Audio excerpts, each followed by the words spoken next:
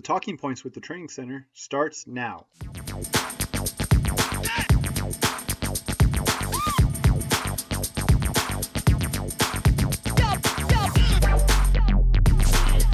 Thank you for joining the Talking Points with the Training Center. I'm Ryan Ozell, Director of Player Development, joined as always by Erik Wagley and Daniel Kabuling.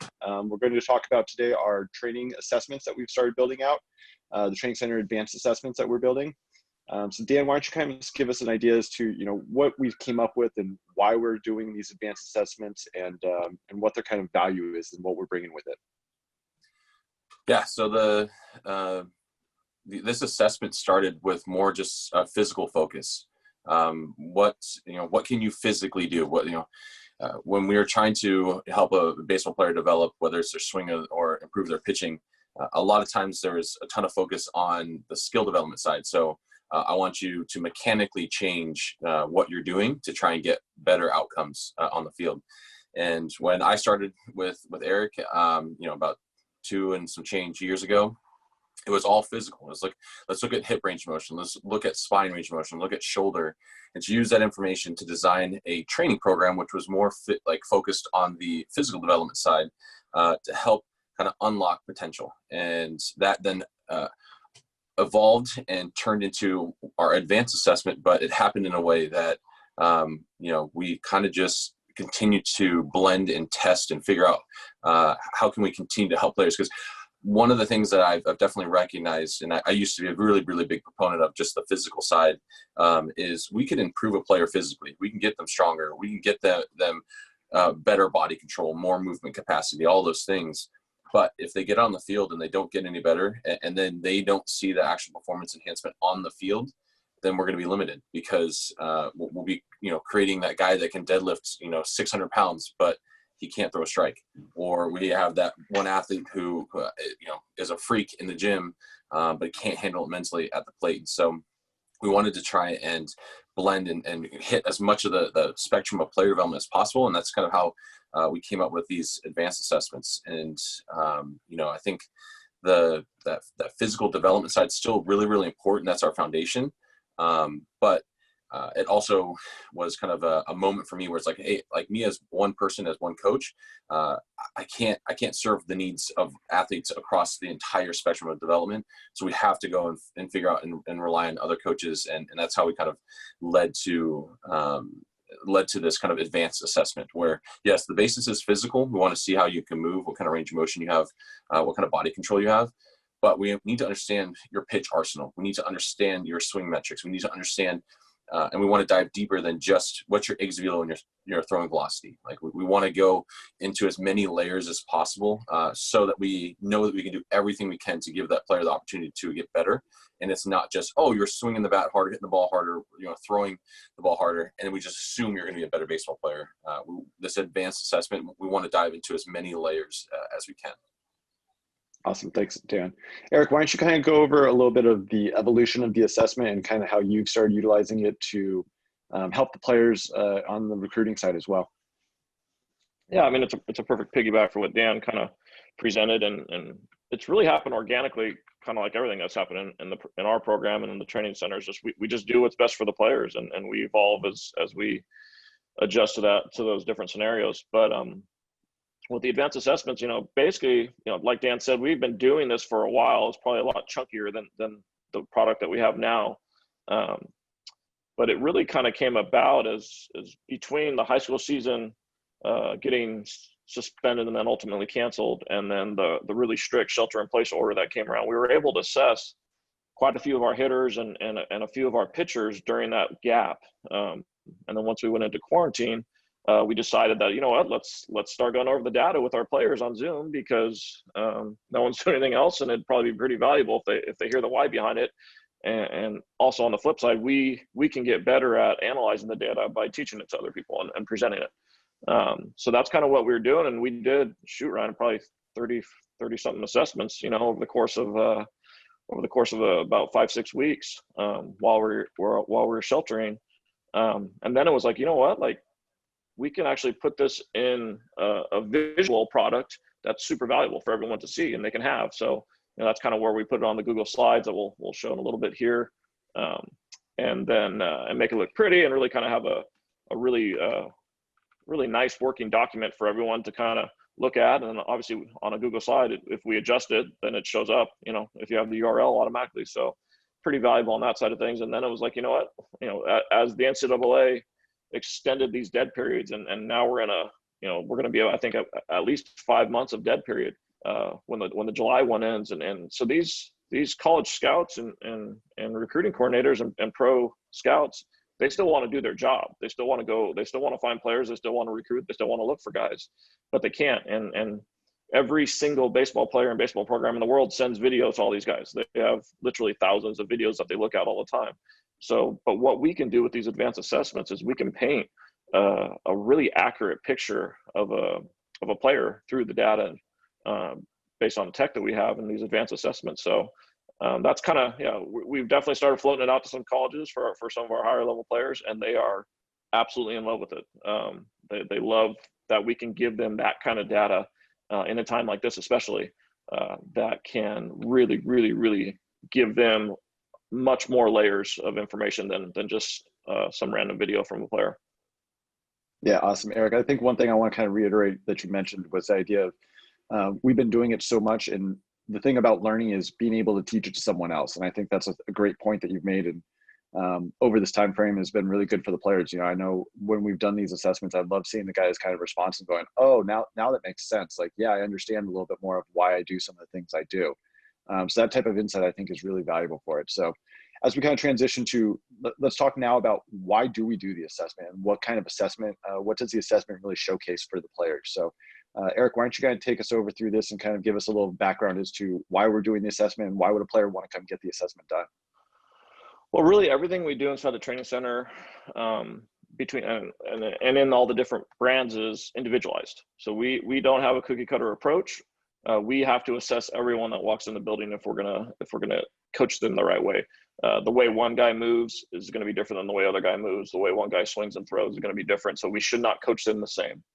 So that's where the whole base of the assessment is that, okay, we can get some pretty good information about the way you move, your mechanics, your body, your patterning, all those things.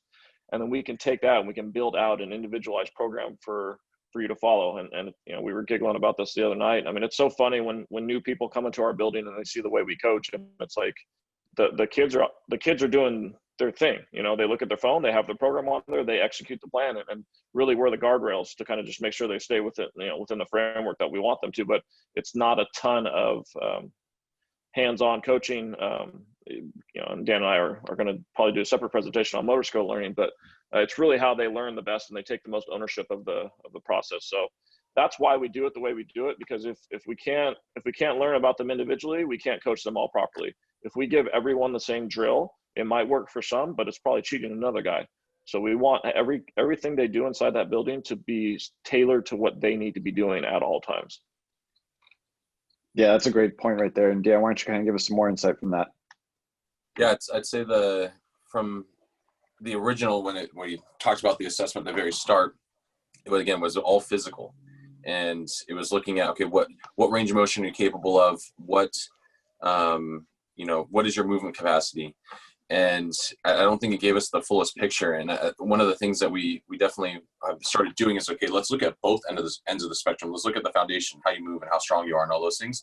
But then let's look at the very, very tail end of it, is like how good of a ball player you are. And I think one of the things we're starting to recognize more and more is those individual differences. Like for one guy, like having tight hips or a tight shoulder or whatever it may be, could be the thing that makes them really, really special. And so by looking at both ends, we can then have the fullest picture and really not screw players up. I think that's we really tried to focus on that. And then I think the other piece that's huge is telling the athlete, hey, we care about you as an individual. Here are the things that we see as your strengths. Here are the things we see as your weaknesses. We're going to maintain your strengths. We want to nurture those and make sure those stay there.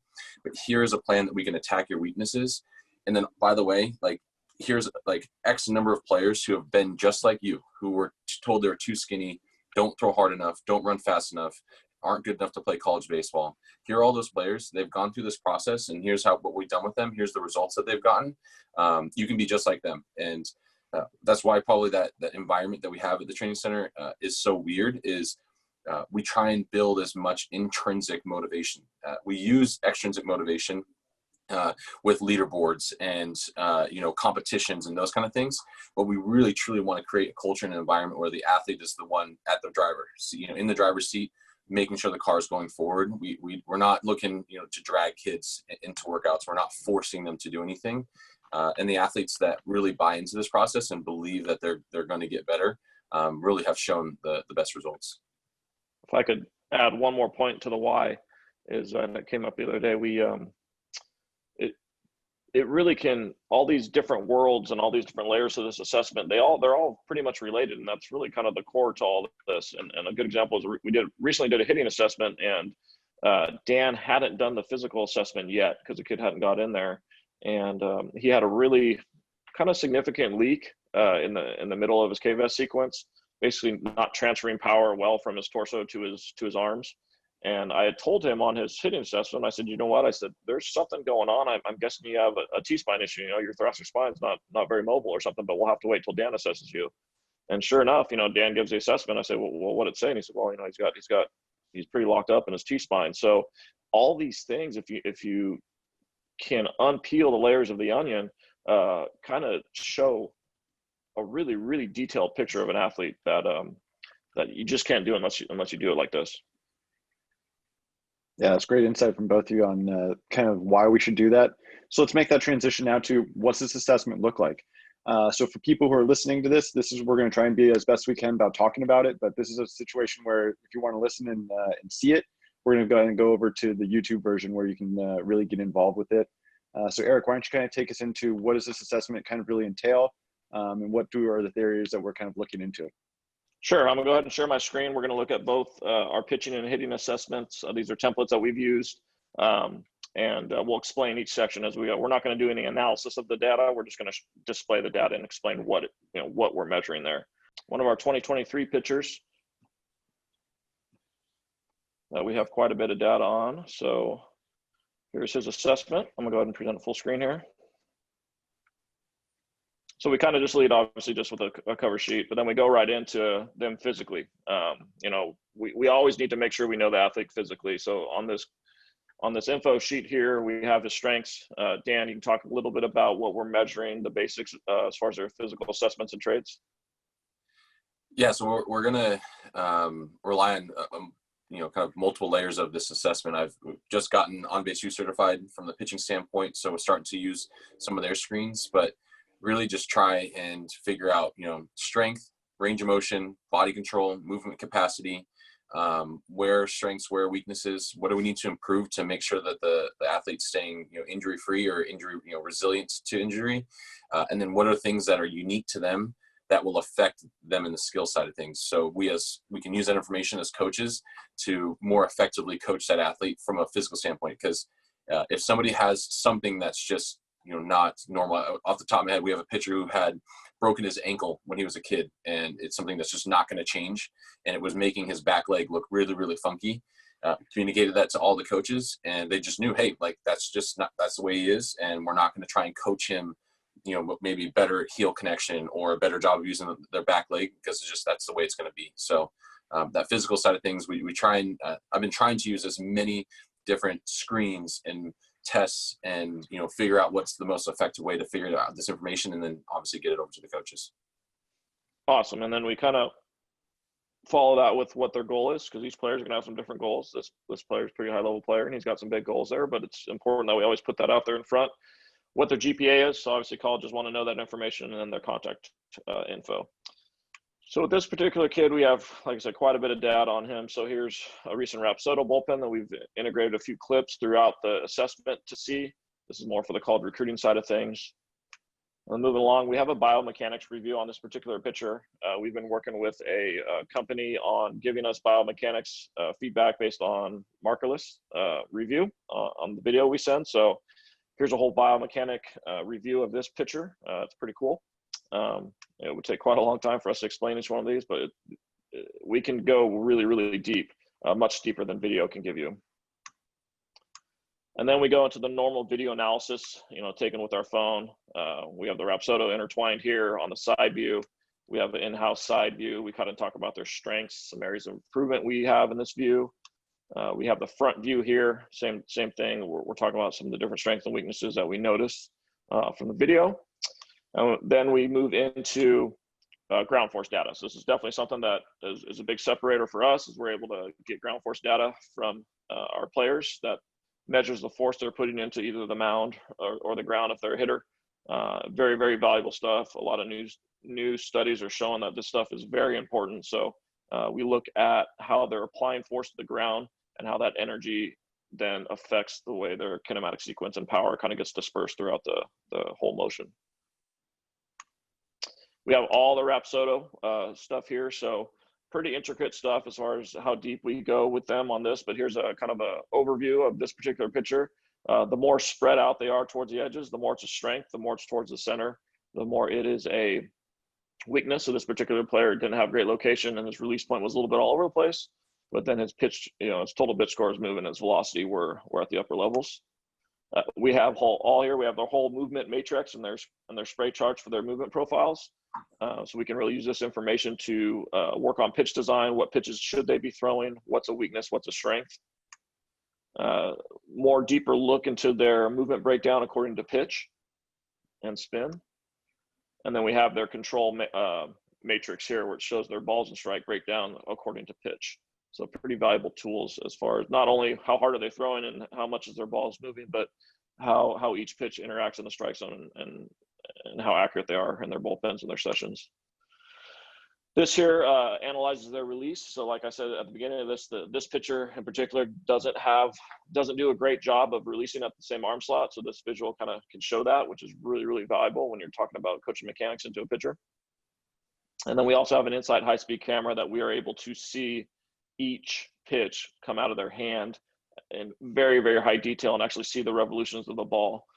This helps us, like this particular pitcher, he has a tendency to get a little high and cut the baseball. So we're able to see that with the insight. Same thing on his changeup. We can kind of see how his fingers are interacting with the ball as it comes off. And this pitcher, we're trying to kill a little bit of vertical break and get a little side spin so we can make some adjustments and then easily see on this insight camera how the ball's coming out of his hand. And same thing with the curveball as well. We can kind of see what's the top spin, what's the side spin, what's the gyro as the pitch comes out of their hand. And then we kind of wrap it all up at the end. We talk about what he's going to be working on physically, mechanics wise, where we want him focusing, and then pitch design wise, where we want him to try to attack certain areas and work on certain pitches. Anything to add to that, Dan or Ryan, as we jump into the hitting side? No, I think the one piece is when you as a player, if you go through this assessment, we're going to do our best to educate you on these things. We're, again, putting you in the driver's seat. So if you understand what some of these metrics are, and we're not going to spray you down with the fire hose. We're going to make sure that it's palatable and it's understandable. But we want you to understand what gyro spin is. We want you to understand what vertical break, horizontal break, all these metrics, because the goal ultimately is to have the iPad and the Rapsodo all set up. You hop on the mound, you start throwing, and you know what you have to work on, and you understand which metrics to look for, and you know how to manipulate your hand, and then you as the player do 80% of the work, and then we as coaches come and help you with that last 20%. For sure, yeah, we definitely aren't the kind of program or facility that just spits data out at you. It's a very interactive approach we have. We want players to understand this stuff to a very high level, so they don't just say yes, coach. They really can process the information and understand why and how to make it actionable. So here's our hitting assessment. You'll see just a few differences on this. This is one of our 2021 hitters that we have kind of gotten pretty in depth with. So on his cover sheet, all the same stuff, but what we actually added on this one is a link to his highlight video. So colleges and scouts can click on that and it'll shoot them to a video where they can just kind of a normal video that's put together. So we have encompassed kind of the old school way of putting out information to colleges and pro scouts, and that is included in here as well with obviously the data that we can include. So here's all the blast scores. So the blast is a bat sensor that we use in the facility. measures his entire swing. Really the ones that we hone in on our assessments are attack angle and bat speed. Those are the two strongest correlators with offensive performance from the blast scores. But then we also kind of can take a look at some of these other scores and see if there's a picture that needs to be painted or certain data that maybe is outliers that we need to look at. And we're able to kind of see all that with our blast information here. We have a 3D swing analysis that we can use too. Shows the different areas of the swing, shows the bat path in a 3D way. When you're actually on the app, you can kind of spin around and look at all the different angles of the swing. So this is a really cool tool to give a much deeper analysis than just looking at video. KVest is a really powerful assessment tool that we use in the training center quite a bit. We're really one of the only places in California that has one. It is a 3D sensor system that captures all the different areas of the kinematic sequence. So what you see here is the kinematic sequence. Basically, it's measuring the peak acceleration speeds and the decreases in speeds of the different body parts from pelvis, torso, lead arm, and hands. So kinematic sequence is definitely one of the first places we look. This kinematic sequence that you see on this assessment is really good. But we also, if you see something off, that's one of the areas we'll attack right away, because poor kinematic sequences, it's going to be really hard to hit at a high level if you don't have a good sequence.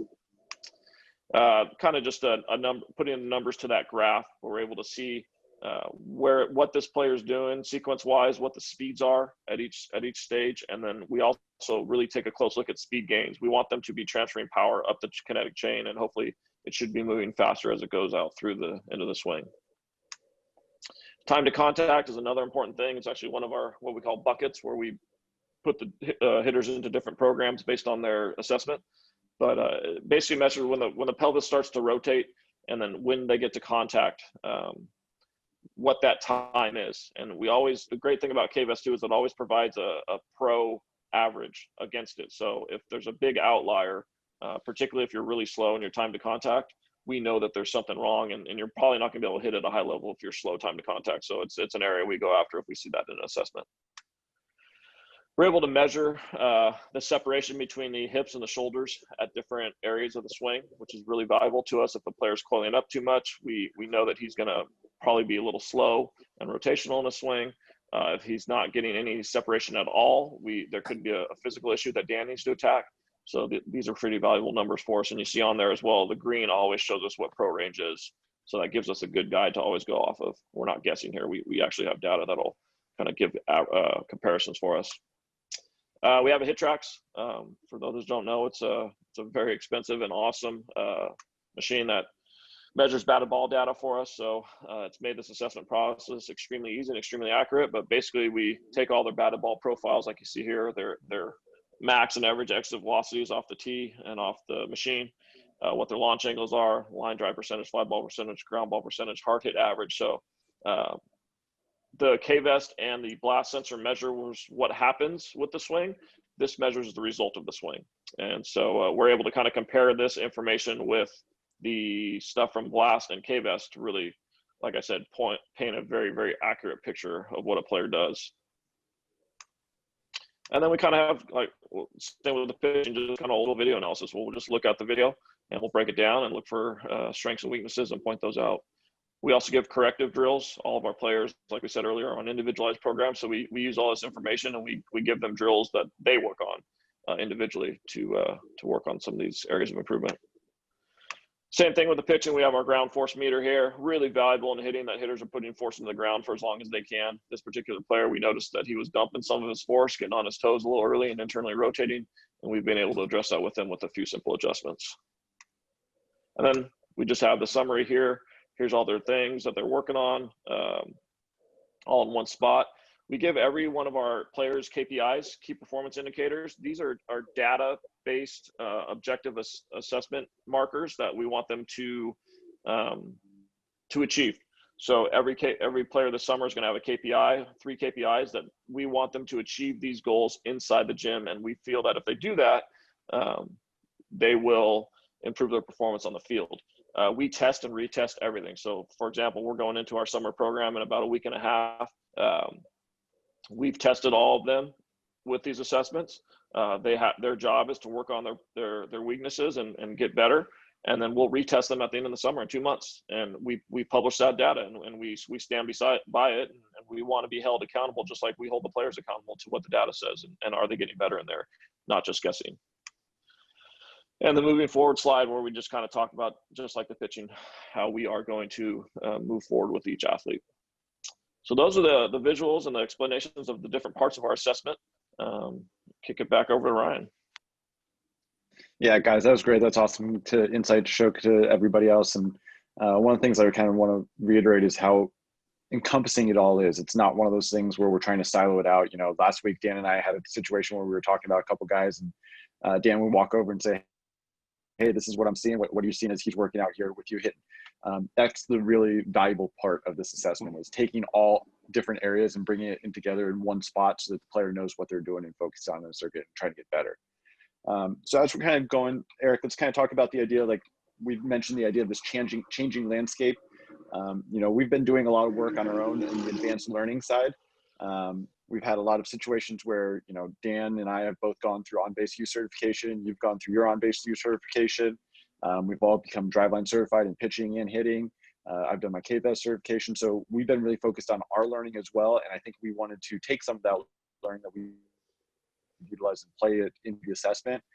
So Erik, why don't you kind of finish us up on this changing landscape and how we're kind of utilizing our knowledge to help build this better thought process and recruiting stuff for the players? Yeah, absolutely. I mean, baseball was going heavy on the data, and it's been happening for a long time. You know, Moneyball was the you know, evaluation of players using data, and then the newest trend, you know, kind of driven by Driveline and On Base U and some of these other organizations is, okay, now we're going to use data to assess players and train them better for development. So the game was going that direction anyway, and we were definitely, you know, on that train for sure. But I think what COVID's done now is it's just really propelled all the data to the forefront of everything now, because the old school scouting is gone now. The reality of the situation is there's going to be more of these long drawn out dead periods. There was more dead periods anyway implemented by the NCAA before COVID, and COVID has us in this long one now, and you know, we anticipate there being more as they come up. So this is the way things are going to work now, and really the pivot that we've taken to not only make this a super powerful assessment and training tool, but also now make it a recruiting tool, is just going to be putting our guys ahead. You know, we can give our guys information, and we can turn that over to colleges and pro scouts, and they can interpret the information now. And we're actually working on a product that will allow them to interpret the information better. So, you know, the landscape was shifting pretty quickly, and now, you know, with COVID, it has completely shifted towards the side of data is king. This is how we assess. This is how we train. This is how we develop. This is how we evaluate. So that era is here now, and we're really excited to be able to present it in this way. And really, to be honest, we are probably the only facility in Northern California that can present it this way, just because we have all the tech. Yeah, and what you're mentioning about how this was going into the major leagues, like that's trickling down into the colleges now. We've been talking to a lot of colleges and a lot of recruiters who have a lot of this data or this technology, you know, they got Rapsodo, they've got HitTrax, they've got Blast. And so being able to have common language and be able to utilize that common language, I think, is also going to be a very valuable point to help kids as they go through recruiting. One of the things I'm really excited about with this is helping kids learn to take control of their own assessment, learn how to take control of their own development. I think giving them that opportunity to, instead of going someplace else and seeing, you know, 10 different showcases where everyone tells you 10 different things, you're learning this from an objective situation. And then we're also giving you objective ideas as to how you're going to try and improve upon it. Dan, Erik, is there anything else you guys kind of think about as well with that idea of, you know, taking control of your own development? Yeah, I can start off first. And I did want to add one point just to piggyback everything you guys are saying. I still want players to know that, like, the guys that are going to be going through this assessment process, they're still playing games. Like, you guys will still, like, even now, me probably this summer too, we're going to get out and we're going to be at games. And so we're not just, you know, creating cage monsters. We're not just hitting cage bombs or, you know, throwing bullpens with no batters or umpires or no pressure. So I do want to say that, like, there will be a component where you're on the field actually competing. So we're going to see if these things actually are the key KPIs that they're working on will have an opportunity to see, okay, is this actually showing up on the field? So, yeah, I think the one, as far as like taking control of your development, the game of baseball as a whole is a game of failure. You know, as a hitter, 30% of the time, you're getting on base, you're doing really, really well. And so the one mentality that I think an assessment process in general can break down is like the why try mentality. Like, why go do extra reps? Why go hit? Why go throw my bullpens, long toss, whatever maybe? Why am I going to do all this extra stuff? My batting average over the weekend's the same, or I'm still batting seventh, and I feel like the game of baseball as a whole, players for the most part, and I think this is since the beginning of time, they feel like they're at the mercy of their coach and the mercy of the game. And we're trying to give the power back to the player and saying, hey, here are things that you can work on. They're not going to guarantee that you're going to be the best baseball player on the field. But if you do improve these things, they're going to give you more opportunity and more chance to succeed. And I think the players that we've seen buy into it and really, really get after it and believe in it, we've seen some crazy, crazy progress. And this COVID component is kind of killing me a little bit on the inside, because there are so many players who are I really believe, and I think we as a group believe we're going to have breakout years, juniors and seniors, who are going to go out and dominate this spring. And so I'm really excited for the summer, because now they got, that group of guys who were always hungry, they got an extra, 2-3 months to get after it. And then once we can get back on the field, it's going to be fun to see them succeed. Kind of wrap up the explanation part here of the assessments. We do have 3 different, options for this advanced assessment. The first one is going to be, the complete assessment. So that's where we just take you through everything. We just showed you all these different layers of the assessment, and we give you a full analysis of the assessment. And then that would follow up with programming. So we take all that information, and we have different programming options and training options, whether it's remote, 1, 2, 3, or 4 days a week in-house. So we have all these different options for players. So that's the first option. The second option, you can get the data and you can get the analysis and then not train with us. You can just kind of take that and train on your own. And then the third option we have is just a data only option. We'll just give you the complete assessment, and we'll present you the data, and then you can do what you want with it. So we have a lot of different options for this that just provides a ton of flexibility for anyone that wants to kind of come get this. Great. And so, Erik, if a player is listening and he was, a junior college, a high school, high level high school player, a college player, and they want to get more insight on this, where should they go for getting that contact information and kind of moving forward with it? They can DM us on any of our social media platforms. So it's the baseball at Facebook, Instagram, and Twitter. ID3 on Facebook, Instagram, and Twitter, and then Ryan Ozella on Instagram and Twitter. So all those options, you can email me, Erik at dubbaseball, ERIK at dubbaseball.com. It's posted on our website. So there's plenty of places that you can kind of get a hold of us to get this going. It's a real simple process. Once we get you in-house, it's pretty easy, and it's actually fairly quick. So the time component of this is us analyzing the data and putting it all together on our end. So, but as far as getting it done and getting down here for the assessment, is pretty simple. Awesome. Great way to wrap it up. Guys, I appreciate you coming on again and bringing up this new assessment system that we're bringing and building for players. Players, if you're interested, feel free to reach out to us. We're all open and willing to talk more about it if you have any questions. But until next time, keep developing. Be sure to follow us on Twitter and Instagram at dubbaseball, at ID3training, and at Ozella Baseball. Thanks for joining us on the Talking Points podcast. Until next time, keep developing.